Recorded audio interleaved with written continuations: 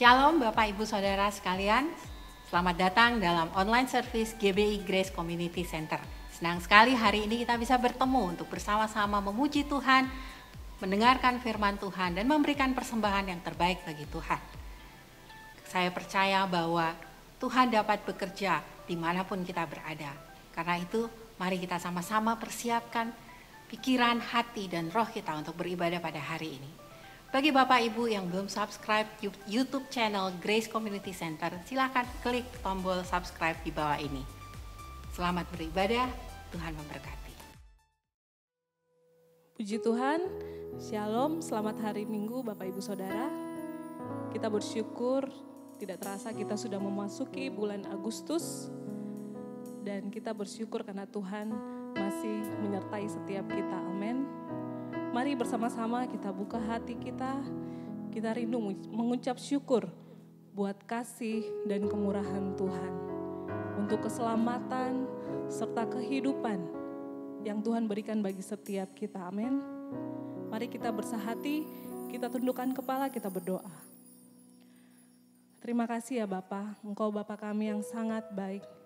Terima kasih Tuhan untuk kehidupan yang Engkau anugerahkan bagi setiap kami Tuhan. Sekarang kami mau datang Tuhan, kami mau meninggikan kebesaran Tuhan, sebab Engkaulah keselamatan kami. Hanya padamu Tuhan, kami berharap, hanya padamu ya Yesus. Haleluya Yesus, kami mau meninggikan namamu lebih lagi Tuhan Yesus. Haleluya. Mari kita angkat pujian ini, kita tinggikan Tuhan kita. Kau Tuhan yang selamatkanku, terima kasih Yesus. Kau Tuhan yang pulihkanku, terima kasih.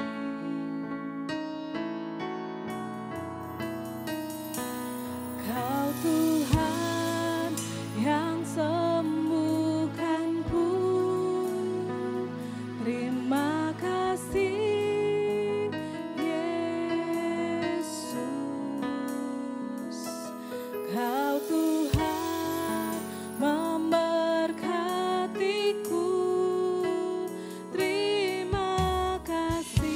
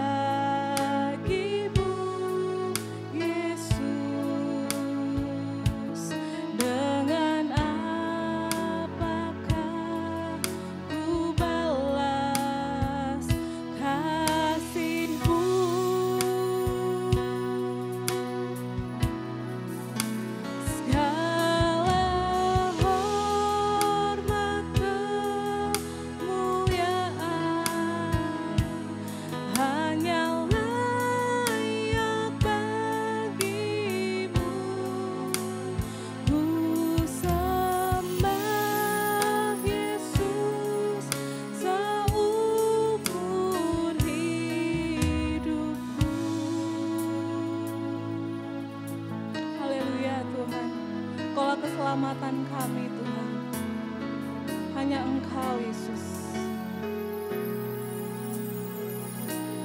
Kau Tuhan yang selamatkanku, terima kasih Yesus. Kau Tuhan yang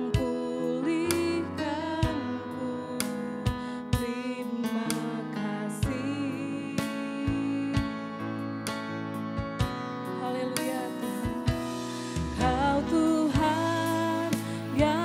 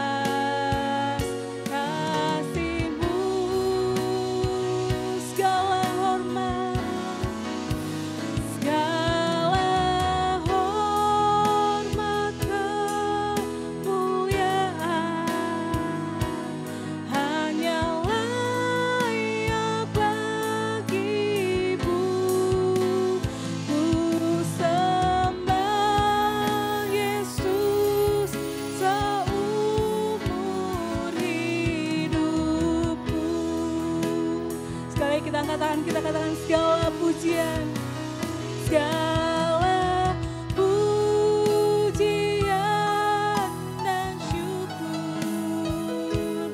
hanya bagimu Yesus. Dengan apakah ku balas kasih-Mu?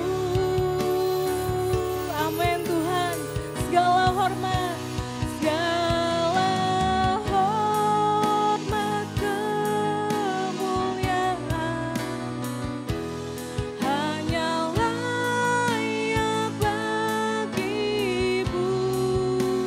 Ku sembah Yesus seumur hidupku. Ku sembah Engkau Yesus. Ku sembah Yesus seumur hidupku. Ku sembah Engkau Tuhan. Ku sembah Yesus seumur hidupku.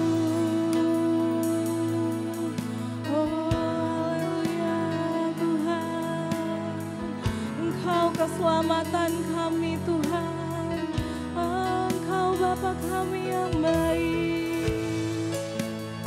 Segala pujian, segala hormat bagi-Mu, sebab Kau yang layak disembah Tuhan. Dengan apa kami balas kebaikan-Mu ya Bapa? Sungguh Engkau Allah yang layak untuk kami sembah Tuhan. Ini kerinduan kami ya Bapa, untuk menyembah-Mu lebih lagi ya Bapa. Oh haleluya, sebab kasih-Mu besar Tuhan, sebab Kau Allah yang sangat baik. Kami bersyukur padamu, kami naikkan pujian bagi-Mu, Allah kekuatan kami. Kau yang layak kami sembah. Ya Allah Bapa Bapa Bapa Bapa Bapa iskara bera bera bera Bapa. Ya Allah Bapa Bapa Bapa Bapa iskara bera bera iskara Bapa Bapa Bapa Bapa. Ya Allah Bapa Bapa Bapa Bapa Bapa iskara bera bera bera bera bera bera. Sebab Kau yang layak Tuhan. Ini kerinduan hati kami Tuhan, menyembah-Mu Yesus. Haleluya. Sekarang bera bera bera bera sekarang bera bera. Ya Allah Bapa Bapa Bapa Bapa Bapa Bapa sekarang bera bera bera bera bera.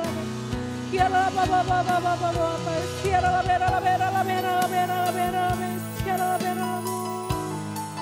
Kami menyembah-Mu, kami mengagungkan Engkau Yesus. Ya Allah bera bera sekarang bera bera bera bera sekarang Bapa Bapa Bapa.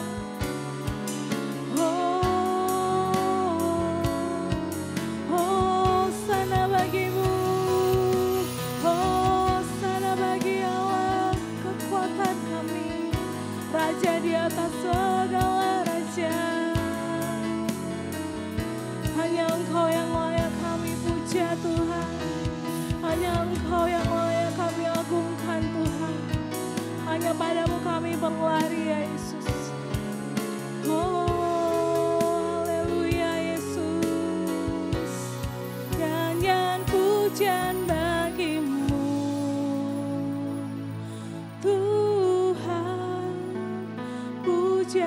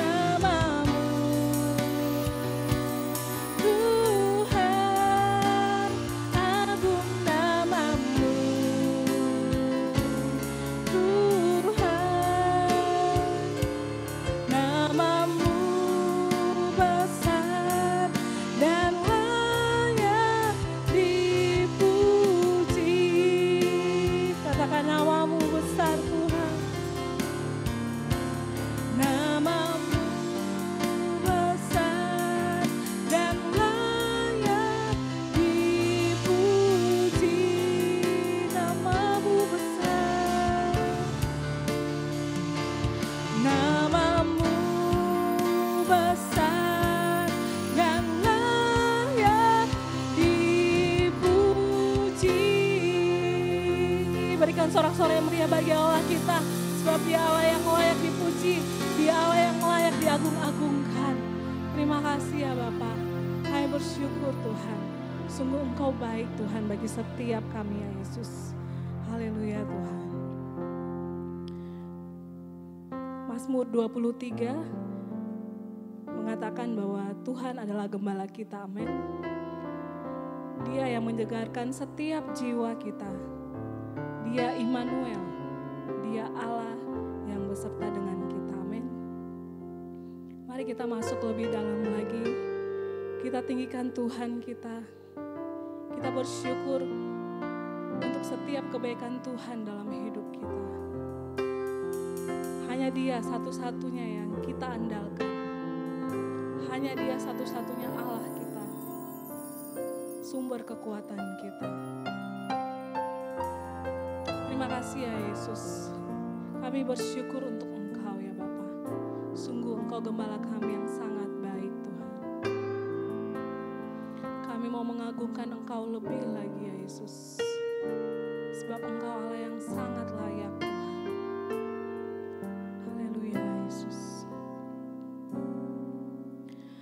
Tuhan adalah gembalaku, takkan kekurangan aku. Dia membaringkan aku di padang yang berumput hijau. Dia membimbingku ke air yang tenang. Dia menyegarkan jiwaku. Dia menuntunku ke jalan yang benar oleh karena namanya. Sekalipun aku berjalan dalam lembah kekelaman, kami tidak takut bahaya Tuhan. Aku tidak takut bahaya, sebab Engkau besertaku. Dadamu dan tongkatmu, itulah yang menghibur aku. Dia membimbingku ke air yang tenang. Dia menyegarkan jiwaku. Dia menuntunku ke jalan yang benar oleh karena namanya. Sekalipun aku berjalan dalam lembah kekelaman, dan aku pun akan diam dalam rumah Tuhan sepanjang masa. Dan aku pun akan diam dalam rumah Tuhan sepanjang masa. Haleluya Tuhan Yesus. Sungguh Engkau Bapa kami yang baik. Engkau adalah gembala kami yang sangat baik Tuhan. Terima kasih ya Bapa untuk penyertaan-Mu yang sangat sempurna dalam kehidupan kami Tuhan. Apapun yang kami alami Tuhan, kami mau selalu mengucap syukur Tuhan. Terima kasih ya Bapa. Engkau yang memberkati setiap kami Tuhan. Kami yang akan mendengarkan firman-Mu, Engkau yang memakai setiap hamba-Mu Tuhan dalam menyampaikan isi hati-Mu ya Bapa. Engkau memberkati setiap kami yang mendengarkan. Di dalam nama Tuhan Yesus. Haleluya. Amin. Bapak Ibu Saudara, saat ini adalah saat paling menyenangkan bagi kita semua, karena saat ini kita dapat membawa persembahan kita bagi Tuhan yang telah memberikan segala yang terbaik bagi kita. Bapak Ibu dapat membawa persembahan yang telah dipersiapkan sebelumnya melalui transfer ke rekening yang tertera di layar Anda. Mari kita berdoa untuk persembahan kita. Bapa, kami mengucap syukur atas penyertaan-Mu dan pemeliharaanmu dalam kehidupan kami. Kami juga mengucap syukur bahwa kami dapat memberi untuk pekerjaan-Mu. Kiranya Engkau yang memberkati setiap benih yang kami tabur untuk perluasan kerajaan-Mu. Dalam nama Tuhan Yesus kami sudah berdoa dan mengucap syukur. Amin. Shalom jemaat GBI di Makassar. Selamat beribadah hari Minggu dan saya melayani saudara dari Jakarta. Terima kasih Pak Basuki yang telah memberi kesempatan untuk saya boleh melayani firman Tuhan di sini. Nah, saya mau sampaikan pelajarannya, ya walaupun ini dari rumah, tapi bisa berbagi juga slide PowerPoint, ya dengan kecanggihan teknologi hari ini. Dan saya mau menyampaikan pelajaran mengenai menjadi seorang suami dan menjadi seorang istri. Nah, pelajaran kita yang pertama saya ambil dari Efesus pasal 5 ayat 23. Karena suami adalah kepala istri sama seperti Kristus adalah kepala jemaat. Dialah yang menyelamatkan tubuh. Nah, apa itu tugas kepala? Itu dijabarkan terlebih lanjut di dalam Filipi pasal 3 ayat 17. Saudara-saudara, ikutilah teladanku dan perhatikanlah mereka yang hidup sama seperti kami yang menjadi teladanmu. Nah, memang Filipi ini sebenarnya bukan mengenai suami, tapi mengenai pemimpin atau pelayanan. Nah, suami kan pemimpin di dalam keluarga, di dalam kepemimpinan Kristen, ya termasuk di dalam keluarga tentunya. Selain dalam pelayanan kepada jemaat, seperti Paulus kepada jemaat di Filipi, yaitu dengan memberikan teladan. Teladan dalam hal apa? Ya kalau dalam pelayanan tentu pengabdian kepada Tuhan. Tapi dalam keluarga selain pengabdian kepada Tuhan, maka adalah teladan hidup. Misalnya kesederhanaan, kerja keras, rajin.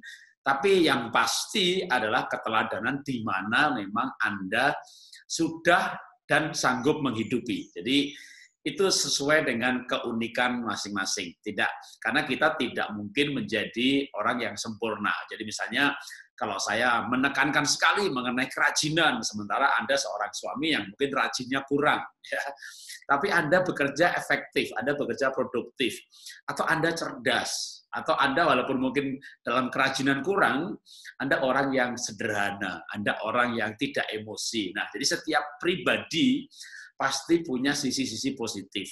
Asal sisi positif itu dihidupkan, bahkan dikuatkan. Karena setiap kepribadian, ya keunikan seorang pribadi, itu ada bagian negatif dan bagian positif. Nah, ketika seseorang lahir baru, maka tentu negatifnya ini perlahan-lahan bisa berubah, sehingga kita semuanya memang harus berubah menuju kesempurnaan, yaitu keserupaan dengan Kristus. Tapi sebelum sempurna, ya, dan kita memang tidak akan sempurna, tapi menuju mendekati kesempurnaan, maka kita sudah bisa menjadi teladan dalam hal di mana kita kuat di situ, paling tidak kita melakukan bidang itu. Nah, maka setiap orang pasti bisa menjadi teladan. Nah, itulah tugas seorang suami sebagai kepala keluarga, baik sebagai suami ataupun sebagai seorang ayah sebenarnya. Kita memberikan keteladan dalam hal kekuatan. Bisa juga misalnya dalam hal pola hidup, ya, karena kalau bapaknya rakus, makan nggak jelas, nggak ada aturan, ya nanti pasti istri anak-anak makannya juga nggak benar. Lalu akhirnya karena pola makan atau pola hidup yang diwariskan, maka seolah-olah kayak penyakitnya diwariskan. Tapi padahal sebetulnya pola hidupnya yang diwariskan. Sehingga kalau misalnya orang tuanya sakit ini, anaknya sakit ini, gitu ya. Tapi ketika sang anak berganti pola makan, pola hidup, ternyata penyakitnya tidak diwarisi. Jadi memang ada faktor dari pola makan kalau itu dihidupi secara jangka panjang. Dan ada faktor juga, ada pengaruh juga, maksudnya bukan faktor, ketika seorang anak mulai mengambil keputusan untuk pola makan sehat, maka sel-sel dalam tubuhnya kan menjadi sel yang baru, sehingga dia bisa tidak mewarisi penyakit dari orang tuanya. Nah, apa yang dihidupi inilah yang sebenarnya paling mudah untuk dijadikan teladan bagi anggota keluarga yang lain. Nah, khususnya seorang suami atau ayah, karena memang fungsinya sebagai seorang kepala. Ya, kita lanjutkan lagi. Kepemimpinan seorang suami dalam hal apa? Nah, ini muncul dari Rut pasal 1 ayat 9. Naomi itu berkata kepada menantunya Rut, karena anaknya Naomi, yaitu suaminya Rut, meninggal. Maka Naomi berkata kepada Rut, ya, dia suruh kamu pulang ke negerimu, gitu ya. Jangan ikut saya balik pulang kampung ke Israel, ke Bethlehem. Kamu pulang kampung saja, ya, di Moab. Lalu dia berkata, kiranya atas karunia Tuhan kamu mendapat tempat perlindungan masing-masing di rumah suaminya. Nah, masing-masing ini karena sebenarnya Naomi punya menantu kan 2. Jadi pulang ke rumah, ya, balik kampung aja, jangan ikut saya, supaya mendapat tempat perlindungan di rumah suaminya. Jadi dari sini ada esensi bahwa tugas suami adalah memberi perlindungan kepada istri. Bagaimana cara memberikan perlindungan? Ya, perlindungan itu ya bukan hanya soal fisik gitu ya. Kalau ada maling pasang badan, ada preman pasang badan, tapi terlebih lagi memberi rasa aman karena misalnya bertanggung jawab. Kalau suami nyalain istri melulu, ada masalah istri disalahkan, anak ada masalah istri disalahkan, uangnya nggak cukup istri disalahkan, nggak bisa kelola keuangan, lah ngasihnya juga kurang. Ya minimal jangan menyalahkan, tapi mengajak membahas, lalu memberikan solusi, gitu ya. Bahkan ketika istri berbuat salah, ya jangan kayak Adam, memang ini warisan dari Adam. Itu memang kebetulan juga Hawanya salah, gitu ya, karena dia memberikan makan buah yang dilarang oleh Tuhan kepada Adam. Tapi sebenarnya juga Adam yang salah, kan dia di sebelahnya. Kenapa dia diam saja, gitu kan? Dikatakan lalu Hawa memberikan buah itu kepada suaminya yang bersama-sama dengan dia. Berarti Adam di sebelahnya. Dia tidak melarang Hawa. Lalu begitu Tuhan menegur Adam, Adam berkata, perempuan itu yang ngasih. Nah, ini namanya suami yang menyalahkan. Nah, itu membuat orang merasa tidak aman ketika selalu disalahkan, apalagi kalau suami sebenarnya ada andil salahnya, gitu ya. Kalau betul-betul murni kesalahan istri, ya bukan menyalahkan, itu namanya menegur. Tapi kalau suaminya juga ada kesalahan, ya itu namanya menyalahkan. Orang akan merasa aman kalau orang lain atau pemimpin, bukan hanya di rumah, ya, di kantor, di perusahaan, di yayasan, di gereja, kalau pemimpin itu care, perhatian. Maka juga demikian juga dalam keluarga. Maka suami takut akan Tuhan, care, bertanggung jawab, tidak menyalahkan, dan juga dengan rajin lagi, gitu ya. Karena misalnya orang menikah, lalu memang belum kaya, gitu ya. Tapi karena suaminya rajin, istri ini merasa aman. Kenapa? Kayaknya yakin deh, pasti bakal diberkati nih kalau rajin bener begini, gitu ya. Makanya ada wanita yang mau dinikahi sama orang miskin, ya. Orang miskin itu namanya Jarot. Saya sendiri. Kenapa gitu ya? Karena ini rajin dia gitu. Jadi rajin itu membuat orang merasa aman akan masa depan. Maka kalau kaya kan kita nggak bisa kaya atau belum gitu ya. Tapi kalau rajin kan semua orang bisa rajin. Jadi kalau saya mengajarkan rajin, maka sebenarnya kalau mau semua orang bisa. Tapi kalau saya mengajarkan supaya rasa aman harus punya saldo, nah, banyak yang protes nanti lagi mana saya nggak bisa itu. Rajin bisa nggak? Ya pasti bisa kan. Makanya rajin itu memberikan rasa aman. Karena itu saya berikan kesimpulan bagian pertama. Suami yang memberi teladan dan perlindungan membuat istri dan anak-anak merasa aman dan mengikuti nilai-nilai kehidupan. Ya, nilai-nilai kehidupan yang diajarkan tentu oleh ayah atau suami. Nah, itu bagian pertama dari pelajaran sekarang ini, yaitu mengenai menjadi suami. Nah, kita sekarang akan lanjutkan mengenai pelajaran menjadi seorang istri. Ya, kita singkat dalam ibadah online ini. Pak Basuki pesan ya 25 menit. Aduh, saya paling susah khotbah pendek sebenarnya ya. 60 menit gitu. Wah, ini 25 menit. Nah, sekarang tentang istri. Apa itu tugas istri yang utama yang dikatakan dalam Amsal pasal 31 ayat 12. Ia berbuat baik kepada suaminya dan tidak berbuat jahat sepanjang umur hidupnya. Bagaimana seorang istri bisa berbuat baik? Maka tentu dia harus takut akan Tuhan, seperti yang dikatakan dalam Amsal 31. Kenapa harus berbuat baik? Karena istri itu kedudukannya sebagai penolong. Kalau tadi suami kan saya sebut kepala. Kepala itu memimpin itu memberikan rasa aman, kalau bertanggung jawab, memberikan teladan. Nah, sekarang istri kan penolong. Maka tugas penolong, dia akan bisa melakukan tugasnya dengan bahagia, kalau dia punya kebaikan. Maka Amsal 31 ayat 12 tadi, ia berbuat baik kepada suaminya. Karena orang itu kalau nggak punya kebaikan, menolong itu pasti capek. Gitu ya. Saya tuh capek, udah tuh ngerepotin terus. Loh.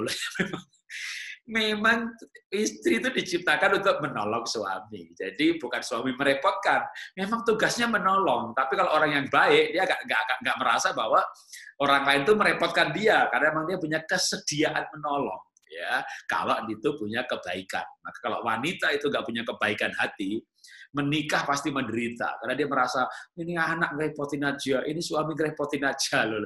Maunya ngapain gitu ya? Ya maunya menikmati hidup sendirian. Wah, itu pasti bakal menderita karena suaminya namanya kepala dan istri penolong. Suami pasti akan minta tolong sama istrinya. Maksud dia minta tolong sama sekretarisnya untuk ngurusin tiketnya, uangnya, ngurusin kantornya, ngurusin listriknya, HP-nya. Wah, lama-lama ya suami jatuh cinta sama penolongnya.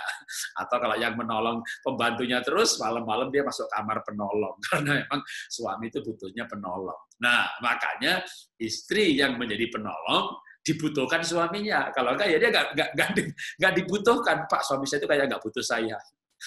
Lah ibu berperan nggak sebagai penolong ya? Maka supaya bisa menjadi penolong yang bahagia. Karena kalau misalnya penolong yang terpaksa gitu ya, merasa menderita, susah amat sih hidup ini, punya suami suka nyuruh-nyuruh. Namanya penolong ya disuruh gitu ya, walaupun tentu ada sopan santun, etika, cara menyuruhnya dengan minta tolong, bilang terima kasih. Tapi ibu harus mempersiapkan hati, mempersenjatai diri dengan kebaikan hati. Nah, kebaikan hati itu muncul dalam bentuk takut akan Tuhan, atau sebalik, takut akan Tuhan akan membuat seorang istri baik hati. Nah, kebaikan hati akan muncul dalam bentuk misalnya membantu mewujudkan tercapainya cita-cita suami. Jangan punya cita-cita sendiri, itu bukan penolong, nanti jadi kepala. Ya. Menciptakan suasana gembira di rumah, tidak ribut, tidak cerewet. Ya. Dan yang istri yang baik, ya kembali kepada tadi, kalau Naomi berkata kepada Ruth, ini saya angkat Ruth-nya. Ruth itu disebut sebagai istri yang baik. Kenapa? Karena waktu dia dilamar sama Boas, laki-laki kaya raya di kampung itu, milih janda miskin bernama Ruth. Lalu Ruth tanya, Boas, kenapa kamu mau sama aku? Lalu Boas itu menjawab, sebab telah kudengar seisi kota ini membicarakan engkau, bahwa engkau perempuan baik-baik. Wah, apa itu perempuan baik-baik? Telah kudengar bagaimana engkau mengabdi, melayani, mengasihi mertuamu, sekalipun suamimu sudah meninggal. Oh, jadi istri atau perempuan baik-baik versi Alkitab. Deskripsi dalam kitab Ruth itu adalah yang sayang mertua. Karena itu kalau seorang laki-laki menikahi istri, lalu istrinya benci ibunya sendiri, gitu, ibunya si suami, ya. Si istri nggak suka mertuanya, mama mertuanya, ya banyak suami diam-diam menyesal. Cuma kadang-kadang laki-laki itu nggak berani ngomong. Oh iya Pak, suami saya itu nggak mau ngomong, gitu. Lah kenapa dia nggak mau ngomong? Ya karena dia takut. Mungkin ibu mengerikan. Jadi banyak laki-laki itu banyak berbicara di kantor, banyak berbicara di gereja. Wah idenya banyak. Sampai rumah diem gitu. Kalau saya tanya Pak, kenapa sih diem? Jangan, ini kan nggak di depan istri ya, kita berdua Pak.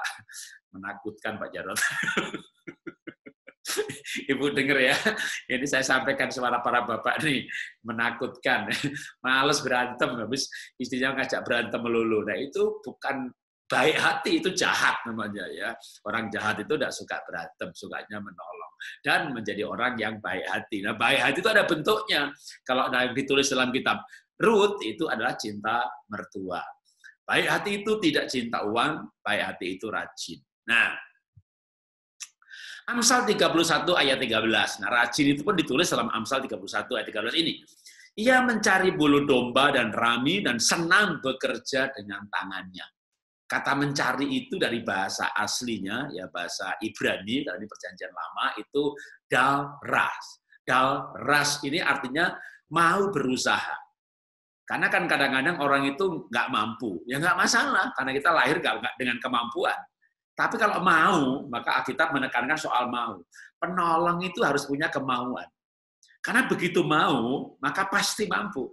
Coba ibu sebutin ke saya apa yang nggak mampu.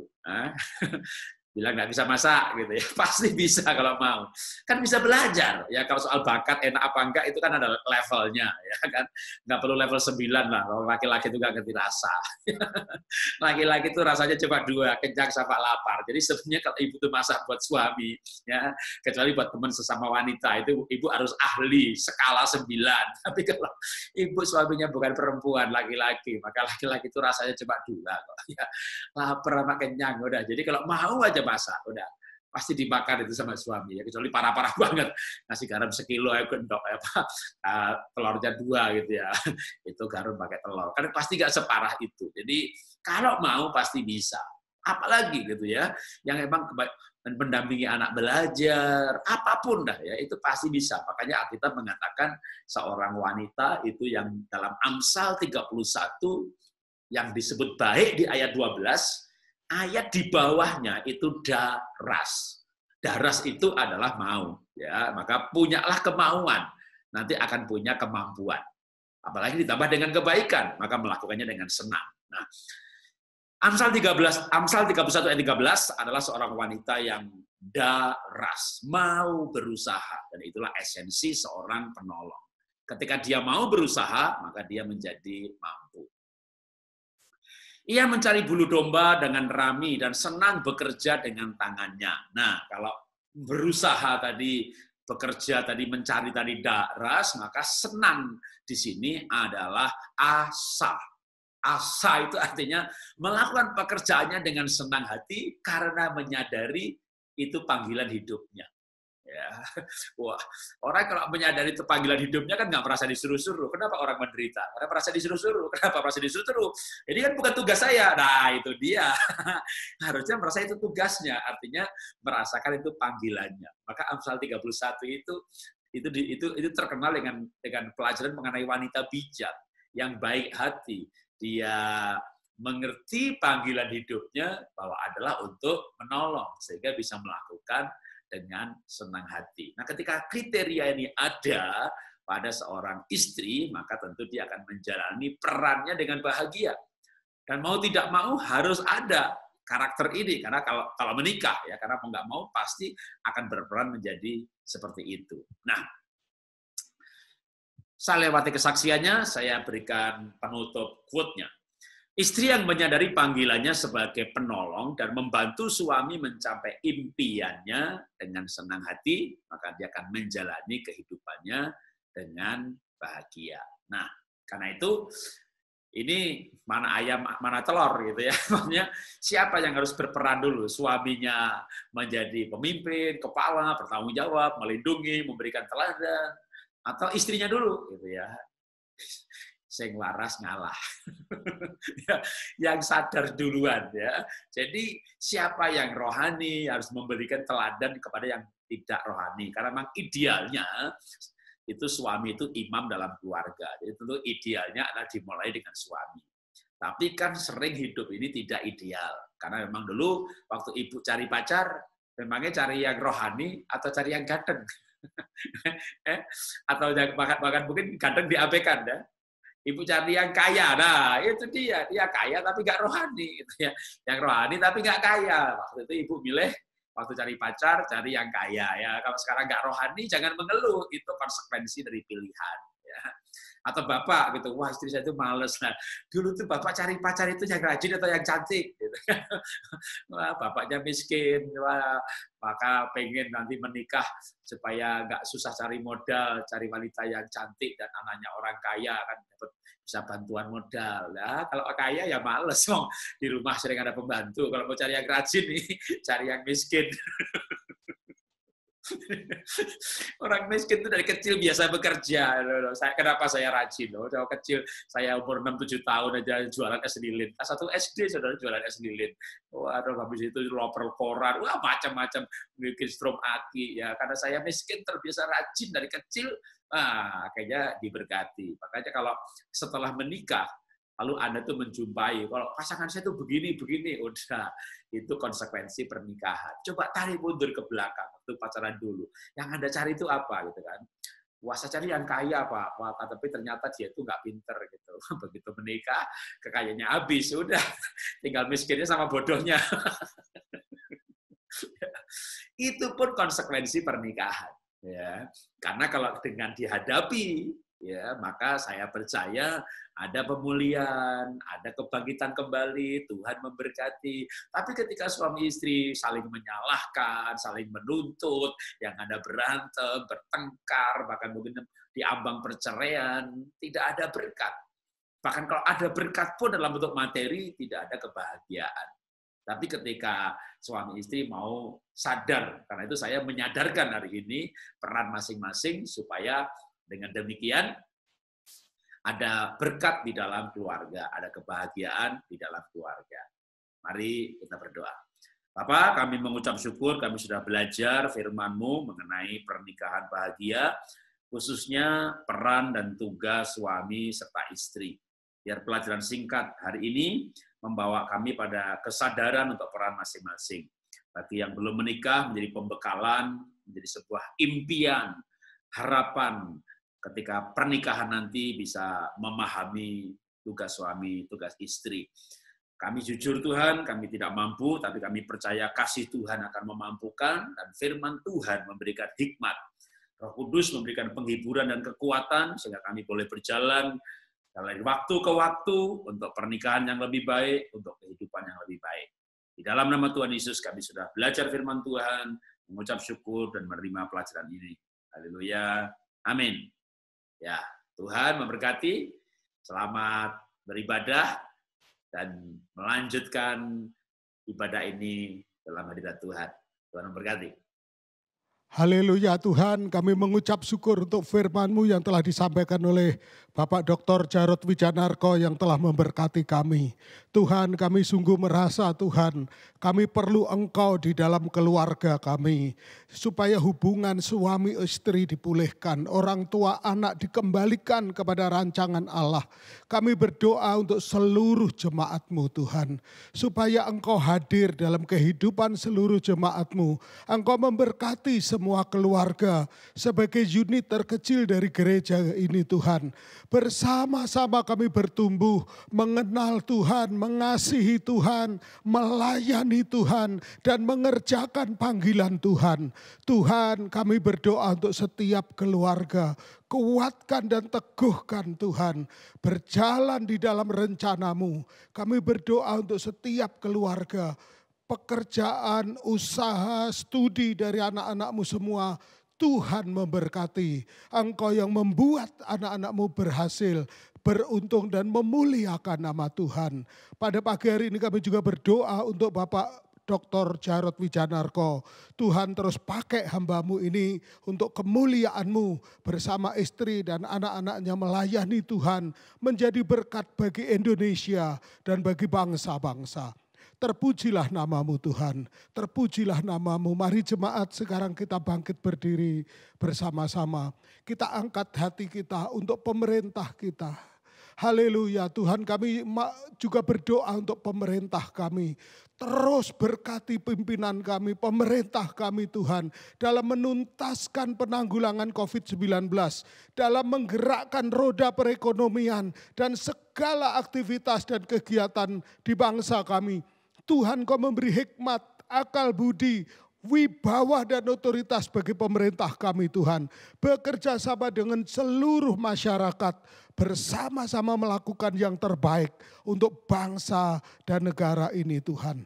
Berkati pemerintah kami, berkati pemimpin-pemimpin kami di dalam pengurapan, di dalam hikmat, akal budi dan pengetahuan yang daripada Tuhan. Sehingga bangsa kami menjadi bangsa yang sehat, bangsa yang maju, bangsa yang mengenal Allahnya dengan benar.